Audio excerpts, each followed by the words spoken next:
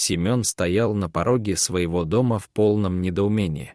Его меньше всего сейчас заботило то, что он слышал неприятные звуки, доносившиеся из его спальни. Жена явно была не одна. Но он сейчас думал только о Терре. Где она сейчас? Что с ней? У Семена в голове все как-то странно зашумело и поплыло. Он вошел в спальню и молча встал в дверях. Вот значит как. Это была единственная фраза Семена. Мужика он выкинул из квартиры так, что тот кубарем скатился с лестницы. С женой хотел поступить так же, но побрезговал. Зато все ее вещи с удовольствием вышвырнул из квартиры. «Пошла вон, увижу, пожалеешь, на развод подам сам». Только это он и сумел выговорить на прощание. Пил он неделю, а потом понял, что сойдет с ума, потому что постоянно мерещилась Терра. Сейчас он думал только об одном: а может, она жива. Только эта мысль и заставила его выйти из запоя. Он завел машину и колесил в том районе, где избавился от Терры. Опрашивал людей, но никто не видел похожую собаку. Как я мог? Почему я не выкинул эту гадину из своей жизни, как только она открыла рот о том, что от Терры надо избавиться? Как мне в голову пришло еще и хотеть от нее детей? Я из-за нее стал предателем. Он долго обдумывал эту мысль, а потом понял, что нет, не из-за нее. Всю жизнь, сколько он себя помнил, у него было две мечты. Он хотел крепкую дружную семью с кучей ребятишек и собаку. Собаки всегда были в жизни Семена, а вот с крепкой дружной семьей никак не получалось. Вот и сейчас его третий брак рассыпался в прах, а в итоге у него теперь не было ни собаки, ни детей. Свою Терру он взял щенком еще до того, как встретил Клару.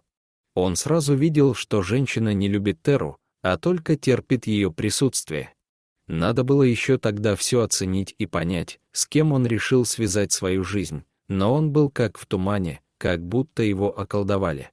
Клара стала его шантажировать тем, что если в доме будет собака, то у них не будет никаких детей. Сейчас он понял, что она и не собиралась рожать. Он просто смотрел в пустоту, понимая, что теперь рядом нет его друга, и он сам его сгубил. Если бы он только мог найти Терру, если бы она оказалась жива, он бы на коленях стоял перед своей собакой и вымаливал прощение. Но, видимо, уже поздно. Месяц назад Татьяна возвращалась после трудового дня из города в свою родную деревню. Шел проливной дождь, на выезде образовалась огромная пробка. Татьяна привычно уставилась в окно и вдруг заметила какое-то странное движение между машин. Красивая белая собака металась, совершенно потеряв ориентацию. «Бедная собака», — подумала девушка, — «она точно попадет под машину или простудится». В какой-то момент пробка встала, собака поравнялась с ее машиной, и Татьяна, внезапно для самой себя, открыла пассажирскую дверь. Она тихонько позвала собаку. Через час Татьяна уже подъезжала к своему дому на окраине села, со своим новым попутчиком. «Откуда же ты взялась на трассе, такая красавица?» — причитала девушка, наливая собаке тарелку наваристого куриного супа. «Как же тебя зовут и где твой хозяин? Ты потерялась или тебя выбросили?» У нее было столько вопросов и ни одного ответа. Собака посмотрела на девушку своими удивительно грустными глазами. «Ладно, начнем жизнь с чистого листа», — предложила Татьяна собаке, и та доверчиво лизнула девушку в нос. «Для начала надо придумать тебе имя. Мне, например, очень нравится Снежана, потому что ты белая, как снег зимой. Будешь Снежка». «Нравится». И собака еще раз лизнула свою новую подругу в нос. «Значит, нравится», — заключила Татьяна. «Я работаю в городе, поэтому рано утром уезжаю, а поздно вечером возвращаюсь. Так что придется тебе ждать меня каждый день с работы. Но я обещаю тебе привозить за это что-нибудь вкусненькое. А выходные мы обязательно будем проводить вместе. Будешь бегать вдоволь и наслаждаться жизнью. Согласна?» И в знак согласия Снежка еще раз лизнула хозяйку в нос.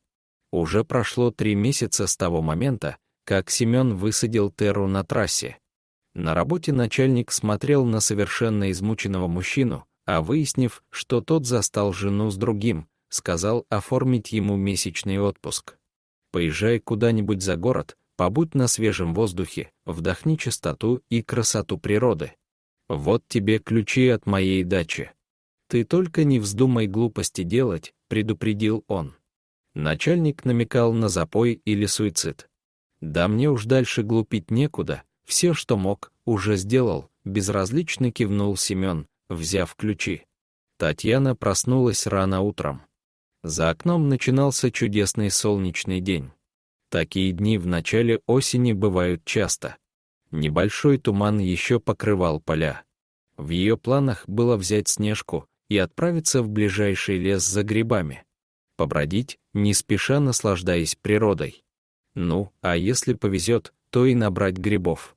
Они вышли за калитку и по пустынной дороге, идущей через весь поселок, направились в сторону леса. Вдруг Снежка остановилась, напряглась и стала вдыхать носом воздух. Девушка натянула поводок, но собака смотрела внимательно вдаль, где из тумана показалась фигура человека, медленно идущего навстречу. Собака, что есть силы, дернулась вперед. Татьяна от неожиданности выпустила поводок из рук, и Снежка понеслась навстречу незнакомцу. Девушка только видела, как человек опустился на колени перед собакой и обнял ее за шею. «Вы что делаете?» — только и смогла сказать девушка, приблизившись к этому странному мужчине. Семен покрепче прижал к себе свою любимую Терру. «Грехи замаливаю. Может, так и выживу». По его лицу текли слезы. Он все рассказал Татьяне, и она тоже заплакала. После этой встречи Семен и Татьяна начали общаться, и вскоре у них появился ребенок. А главной нянькой стала их любимая Терра. Дорогие зрители, если вам понравилось это видео, то ставьте лайк и подписывайтесь на наш канал. До свидания.